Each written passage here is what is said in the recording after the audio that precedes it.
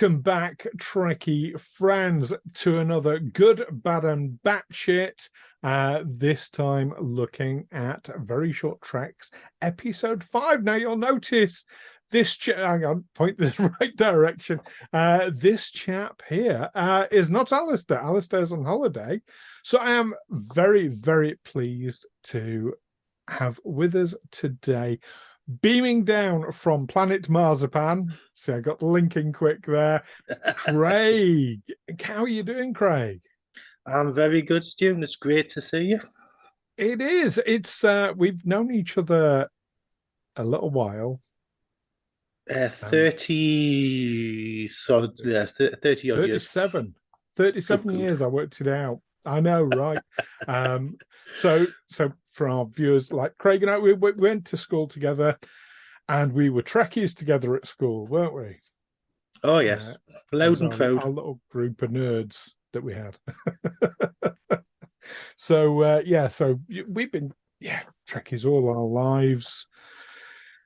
Yeah, exciting. But you have your own podcast, which is not Star Trek related. Let's get the promo in quick and right from the start. Planet Marzipan, then, is it an M-class planet? Well, it's a Marillion class planet, is what it is. Apart from being a big Star Trek fan, I've been for about the same amount of time, I've been a big Fish and Marillion fan. So my friend John, who we've been mates for about 30 years, decided to give it a go. So we launched last week and managed to even hit the charts in Spotify. Really well. Spotify. We got in the top 10 in music talk, and we actually even got into number 5 in Apple in the UK. So that was just absolutely amazing. Fantastic. So, but like usual Marillion singles and albums, the chart really, really well to begin with, then the drop. I'll have to say, I'll give it them. That's clearly some sort of in-joke that I wouldn't get. But it has, listening to it has inspired me to listen to some Marillion, and it turns out I do know more than one Marillion song. There you go. I know Kaylee, obviously. Everyone knows Kaylee, right? And if you're of a certain age, yeah. Lavender's one I knew as well. I didn't know I knew it, but there you go. Yeah, and they've done 17 albums since. Yeah, they've done 17 albums since. So there you go. They're still going then, Marillion, because I think last year it was almost like. It was last year, a couple of weeks ago, wasn't it? You and I met up in London because you went to a Marillion concert, didn't you? Yeah, it's Hammersmith Apollo. Yeah, but they're still going strong. And I mean, their last album did get a number 2 in the album chart, so they're still definitely going strong. Really? Oh, fantastic. Fantastic. So if we have, and I'm sure we have plenty of Marillion fans and Fish fans in our audience here, and if anybody wants to find out more about Marillion and Fish, where do they go? How do they find Planet Marzipan? Well, if you just search for Planet Marzipan on all your podcast feeds, we're there. Spotify, Apple Podcasts, Amazon, Podbean, everywhere. Fantastic. Right, well, we're not here to talk about Marillion today, although we might do at some point in the future, because there is a Star Trek fan who we won't name at the moment who is a big Marillion fan, so we might talk about that a little bit later on at some point, but today we're talking about the Very Short Treks. Now, what's been your overall, before we get into the specifics? Oh, in fact, before we talk about anything further to do with Very Short Treks, we need to go to Red Alert, because we will be putting in spoilers for the Very Short Treks, episode 5, Walk, Don't Run. So if anybody hasn't watched it yet, and you don't want spoilers, go away and watch it and then come back to this. Right, we can talk spoilers now. So, Very Short Treks in general, what's been your take on them? I've not been a great fan of them. I think last week's was my favourite. I nearly choked on my drink with that. Not a great fan. No, fan. They're shit. I mean...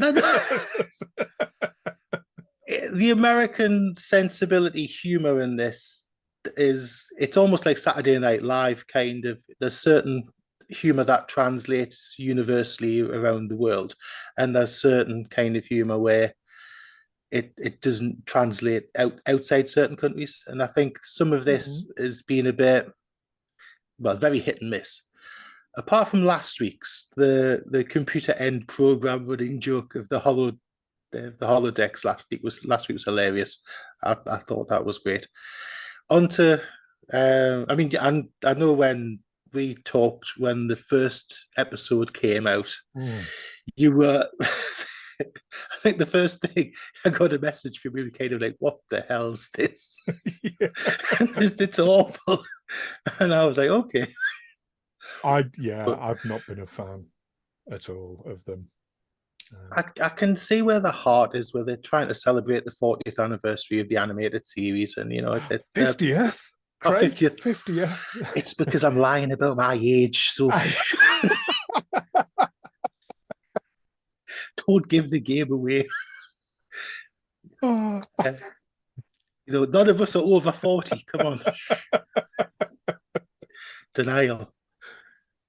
But no, I think the animated series always gets short shift. It's always the forgotten show. So at least they've done something to try and kind of give it some kind of like significance in its 50th year. Yes, I 100% am on board with that. I mean, I got really annoyed when Lower Decks came out. I mean, not because Lower Decks came out, but when the media started saying, and it's the first ever Star Trek animated series, it's like, do your research. No. It's like, no, not at all. Not at all. There's such a thing as Google. Yeah. No, I get what you're saying about like culturally the different sense of humor, not translate, but so you Saturday Night Live as an example, and Saturday Night Live is amazing at doing parodies and for subverting ideas, but it's got a wit to it, it's got an intelligence to it, and I get the type of humor translates to very short tracks, but not the depth, surely. Yeah. But even with Saturday Night Live, there's only possibly one or two jokes in a whole like hour-long episode, which will probably knock it out of the park. But that's me just being critical. Well, it's a bit like Star Trek movies in that regard. Oh, I love them all. Shut up. Star Trek 5? Yes. Yes. Herman Zimmerman's production, kind of the Enterprise bridge on 5 looks gorgeous. It was only, 79 decks up? Deck 78. Deck 78, there you go. Oh, come on, they're still doing that now in Discovery, aren't they? With kind of never-ending decks on a ship that's only about 4 decks tall. The anyway. TARDIS, elevators. This is dangerous. This episode is dangerous because you know how me and you can talk. This is absolutely true. So extended episode, 3 hours long. Let's get straight into several minutes in. Let's get into Walk Don't Run then, episode 5 of this very short trek. Now you've seen the format of how we do this. We talk about something good, something we like about it, something bad that could be better, and something that is batshit crazy. So what stood out for you as a good moment in this episode? Oh, just Tendi in general. I've got a soft spot for Orion girls, so. But she's great. She's great. I love the character. I do. I love the character, and I think what was it they called? The band post mainframe acid Cardassian 10 forward. Yes, I love it. That was a great inspired. Name. Absolutely inspired. A fantastic name. Well, I mean, certainly the musical element of the episode was on my good list. But for me, overwhelmingly, Sulu. Yes. Any Sulu's got to be fantastic. And in fact, so looking at last week's episode when he had that single brief line, one of our friends of the channel, who does reviews of his own, Windgrace, commented to me that, this could potentially be George Takei's last ever appearance as Sulu. And for him to have had that one brief line in that last episode, that would have been like a real wasted opportunity. So, yeah. So the fact he's had rather more in this episode, I think, is a bit of a relief. I love George Takei, as we all do, and I just wish they'd find a way to get him into one of the live action series. He's in his like mid to late 80s, but he's still virile. He's still there. Yeah, absolutely. And I do think that this active. What I would have actually loved to have seen in this episode, rather than use the character of Scotty, they should have used the character of Chekhov and got Walter Koenig in to voice it. And then it would have actually worked better if, that with Scotty being the antagonist in this against Tendi, she's trying to kind of honor the preceding crew, and he's kind of railing against it. Walter Koenig in as Chekhov, but instead of like railing against it that way, railing against it like, you didn't, you invented the holodecks kind of thing. Yeah, no, but the Russians invented the holodecks. All that kind of old humor from the original series would have been perfect. Would have been absolutely perfect with it. And then rather than somebody doing a really, really bad Scotty impersonation. The trouble, and I absolutely love Walter. I was very disappointed when he had to cancel Destination Trek, because he was the one kind of photo op I was really looking forward to. But he wasn't in the animated series. But that was just to do with money. Oh yeah, absolutely. I mean, there's a number of people who didn't make it, but it wouldn't have. For me, that wouldn't have. Yeah, it would have been weird having him in because he wasn't. Yeah. Anyway, that's a thought. What about what was bad? I have quite a list, but I'll keep it to. I'll let you go first with it, and then in case we double up. I'll do my honourable mention first, which is kind of the same every week except for last week. No mention of Prodigy. They should have mentioned Prodigy. There's a celebration. I mean, it's not just a celebration of the 50th anniversary of the animated series. It is a celebration of Star Trek animation. Yeah. So the absence of Prodigy from the whole thing has just been like, oh, right. I'll not get on a soapbox. But for me, the number one bad thing, a fat joke. Like, I know I'm hypersensitive to fat jokes anyway, but kind of it wasn't necessary. It felt really out of place, I thought. Yeah, that was my low point in the episode, which was a lot better than the others have been. But yeah, I think we've slightly outgrown fat jokes. subtle. But yeah, I don't know. I just think they could have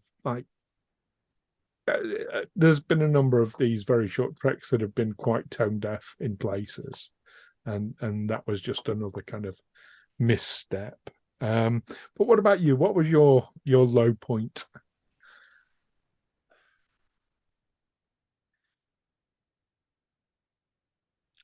I think they missed a trick at the very, very end when they had the ship hit by Klingons, that there were Klingons singing and dancing like they were on the Strange New Worlds episode. I think it would have fit.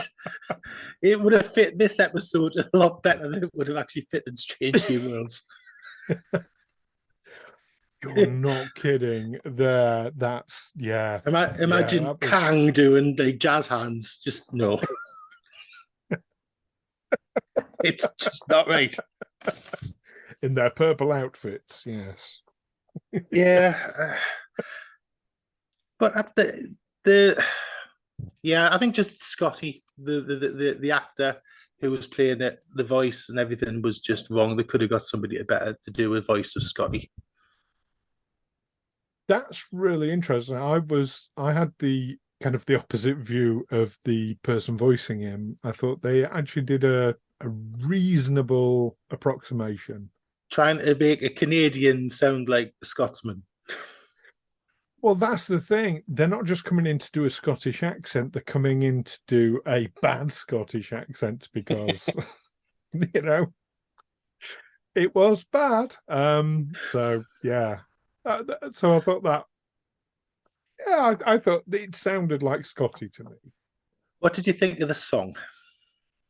And the way they actually kind of did. I thought it was quite nice the way that they got the sound effects into part of the rhythm of the photon torpedoes, the communicator, the hailing frequencies and stuff like that is.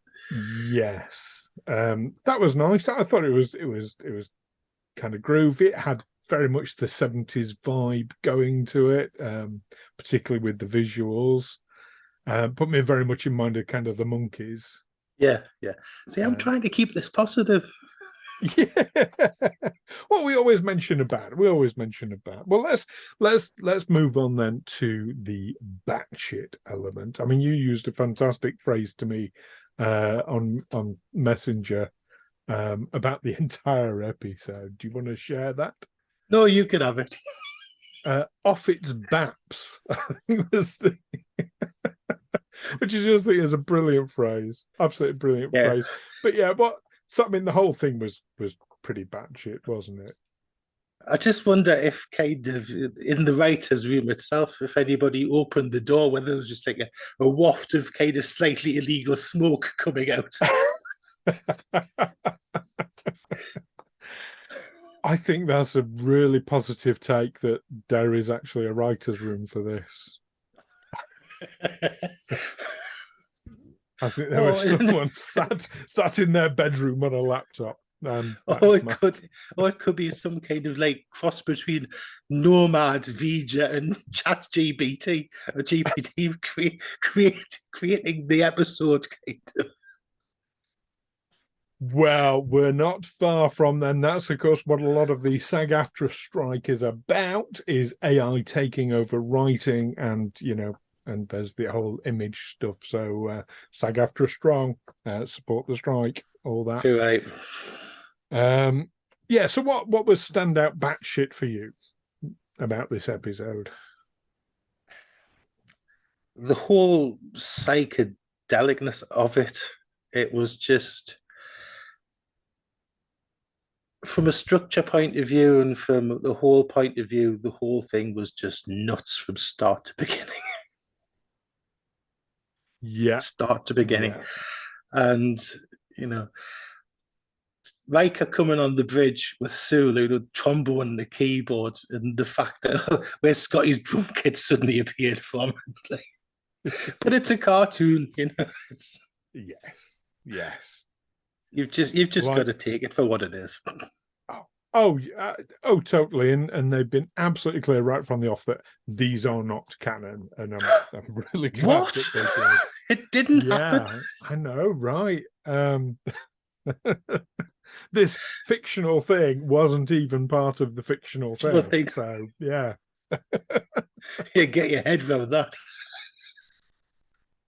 Well, I hear where you're coming from with the visuals and the whole. I mean, it's part of that whole 70s, early 70s. It's the whole filmation thing, isn't it? That studio producing some of the cartoon classics of the 70s as well. So it's Captain Caveman. And right up to, didn't they do He-Man and the Masters of the Universe as well? They did. Yeah. So absolutely. A big chunk into the 80s. So yeah. Big chunk of our childhood, right there. It is very much so. Well, I know for me, the kind of standout craziness was the fact that they referenced the orgy. Yes, that.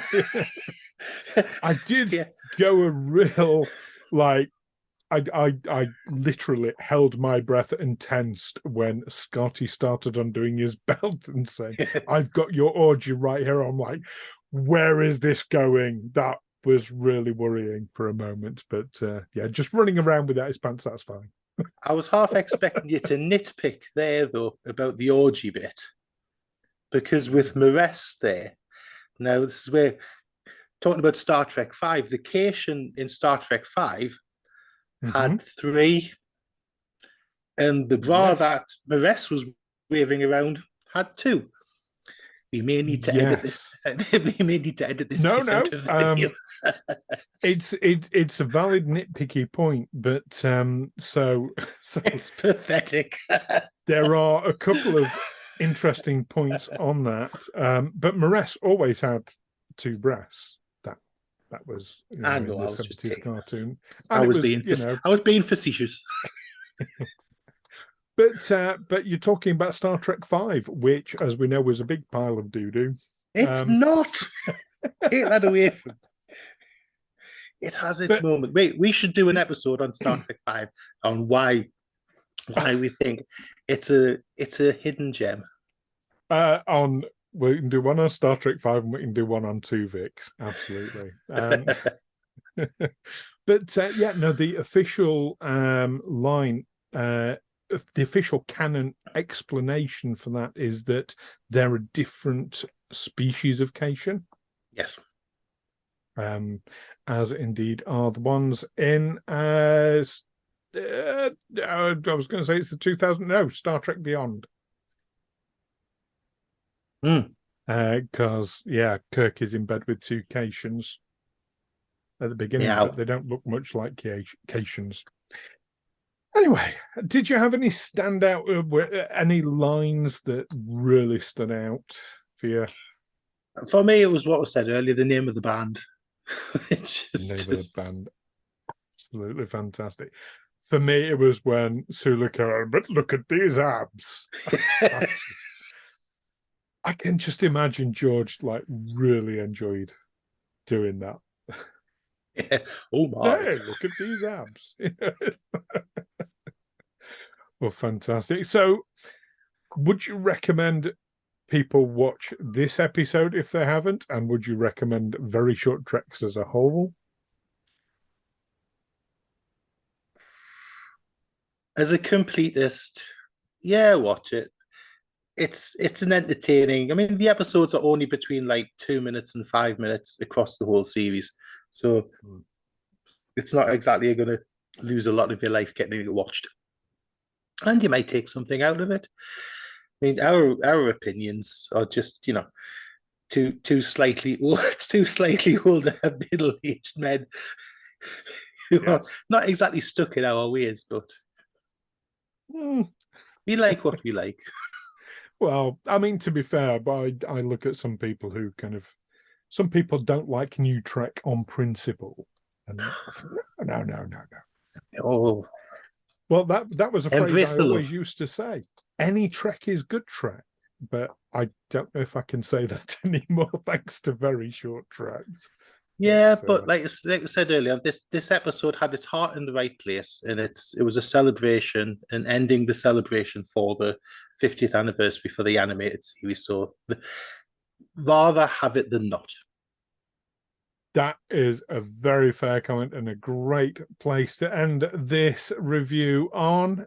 So I will be putting links to Planet Marzipan in the description below. So people can listen to you with John Mezza chatting about Marillion and Fish and their albums. Fantastic. Join us again next time. We'll be having another review, this time of Lower Decks. So I think you're joining me for that one as well, aren't you, Craig? I am indeed. I'm really looking forward to this one. So I. But in the meantime, viewers, make sure that you like the channel, hit that subscribe and notification bell icon, whatever the hell it is you do on YouTube. Just hit it, and peace and long life. What do we say? Live long and prosper. That's it. Bye-bye.